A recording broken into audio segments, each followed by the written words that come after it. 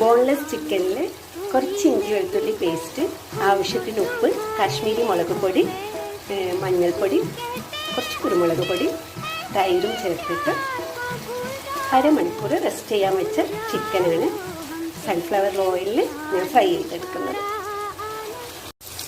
ചിക്കനൊക്കെ നല്ലോണം ഫ്രൈ ആയി വന്നിട്ടുണ്ട്. ഇനി ഇതിലേക്കുള്ള സോസ് ഉണ്ടാക്കാം.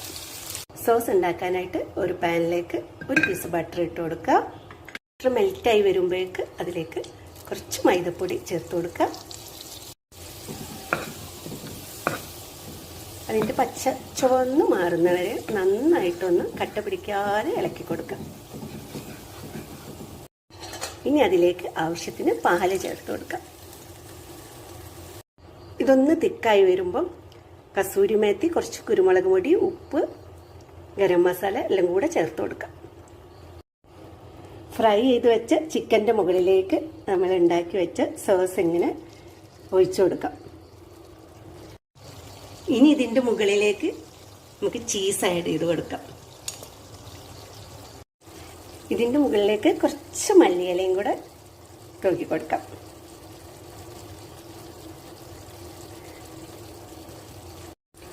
അതേപോലെ കുറച്ച് ചില്ലി ഫ്ലേക്സും വിതറി കൊടുക്കാം.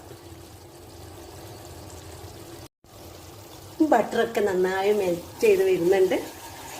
അപ്പം നമുക്ക് സ്റ്റൗ ഓഫ് ചെയ്തിട്ട് ഇത് അടച്ച് വെക്കാം.